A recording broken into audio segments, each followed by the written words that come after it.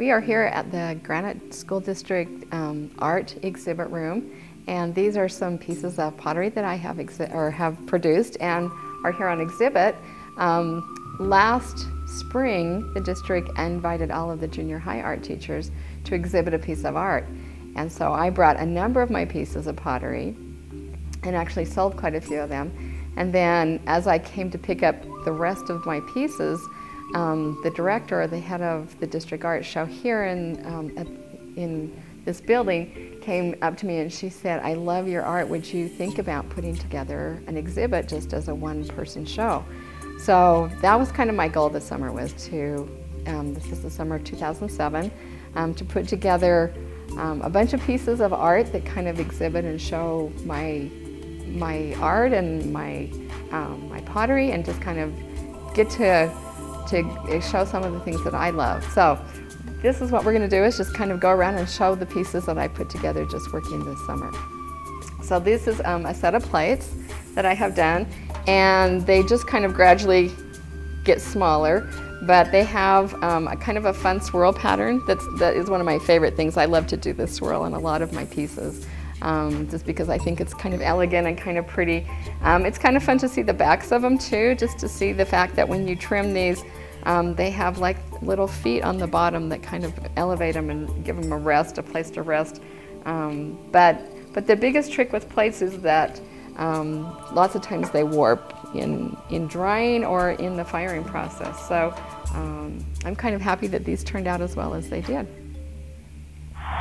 So here we have a blue pitcher, and I call this a hopper bowl, but I'll explain this pitcher first. This pitcher is just kind of a fun little, sort of just a small pitcher. At our house, we use one similar to this. It's maybe not quite this size, but we use it as a gravy pitcher, so we like to do that.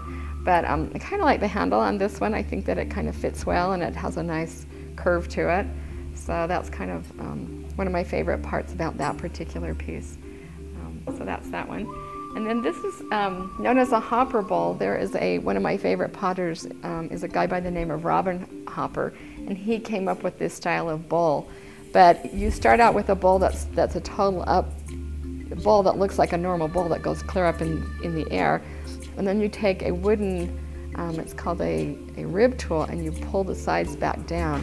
So you started out with this whole bowl that was up like this, and then you pull the edges back down and get kind of this really kind of an elegant type of shape. And you can see that my favorite swirls in there again. I kind of like to do that in my hopper bowls. Okay, these two pieces are what are known as raku pieces. They're actually fired outdoor in a primitive type of firing. They're not a typical firing, but what you do is you put a special raku glaze on these pots. They have been bisque fired, which is the first firing first, and then you put this glaze on them. Any place that I didn't want glaze, I waxed it. So you can see these dark areas, they had wax on them. And then you heat it up to about 1700 degrees. And while your piece is glowing hot red, you take it out of the kiln using these big, huge, long tongs, and you put it in a garbage can that is full of newspaper. And the heat from the pot instantly causes flames. And it's called flashing, but that's what causes this effect on here, is actually the flame and the flashing from the newspaper catching on fire. So that's kind of a fun technique and kind of a fun way to do stuff. This one is also the same process. It's got some nice flashing on it too, and it's just a little covered jar. So you can see that on the inside of this one didn't have glaze, but because of the flashing effect, it actually has turned the inside of it kind of a fun color too. So that's what those are. The pieces that we have here are known as Sager fire pieces, and they're unique as well. They also are outdoor pieces that are done in an outdoor primitive firing, but they have no glaze on them. So what you do is you make your piece, and while it is still, the clay is still wet, you take a rock and you polish the whole piece with a rock, and that's what gives it the shine. And then it is also pre-fired or done in what's known as a bisque firing. And then after the bisque firing, you take your piece and you wrap it in anything that is organic that will burn. So it can be leaves, it can be pine needles, it can be old banana peels, it can be anything at all, sawdust, anything like that at all. And you cover the whole pot with all of this organic material, flowers, anything like that. And then you wrap the whole thing in newspaper and you put tape around it so it stays secure. And then you put it in a firing and you fire it, and as it fires, the things as they burn will create different colors, and that's where the color comes from. So it's known as a sagger fire, is the technique. This one kind of was cool. This was an old, actually, potato chip wrapper that was made out of aluminum. And I just wrapped it around this piece, and it kind of gave that kind of interesting effect as well. So it kind of wraps around and comes back around the whole piece. So these ones are my sagger fire pieces. And both of these pieces, by the way, are hand-built. They're not done on the wheel. So that one's obviously not, but they're done in what's called a puki. And it's a little shape that helps you form and shape those.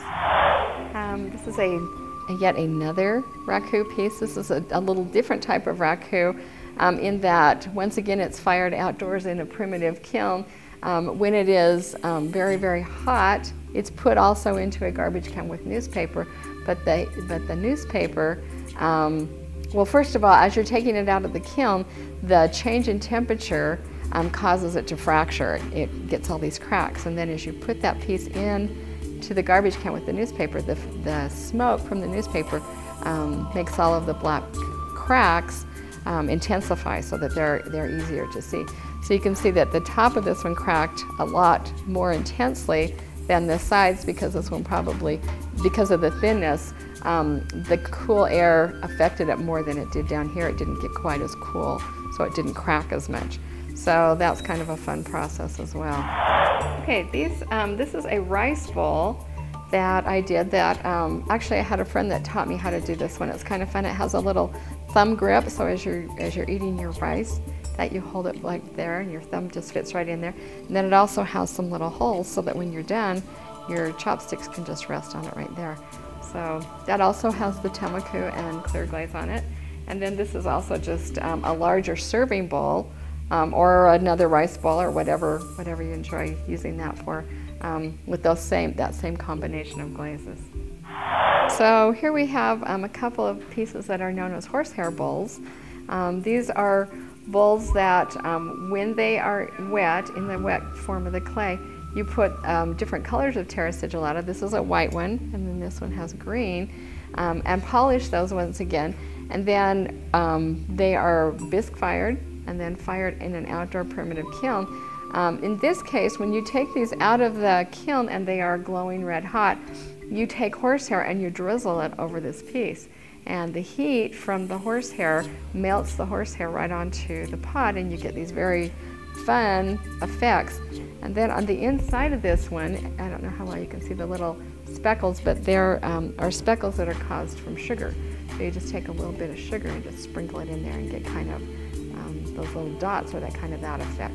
So both of these are the same process. They're just simply the process of using different color of terra sigillata. So these are wheel-thrown pieces. They are not hand-built pieces. So you can do primitive wheel-thrown pieces as well. They don't all have to be hand-built. Here we have another bowl. This is a cereal bowl. My boys all have their very favorite cereal bowl, and this is very similar to the ones that I did for them. This one once again has a yellow glaze on the outside, and then just the top of this is just dipped into a blue glaze. So it kind of gives it just some diversion and kind of an interesting effect. So that's that one. And then once again this pitcher that just is kind of a fun one. Kind of has a indented concaved effect on this one. So there they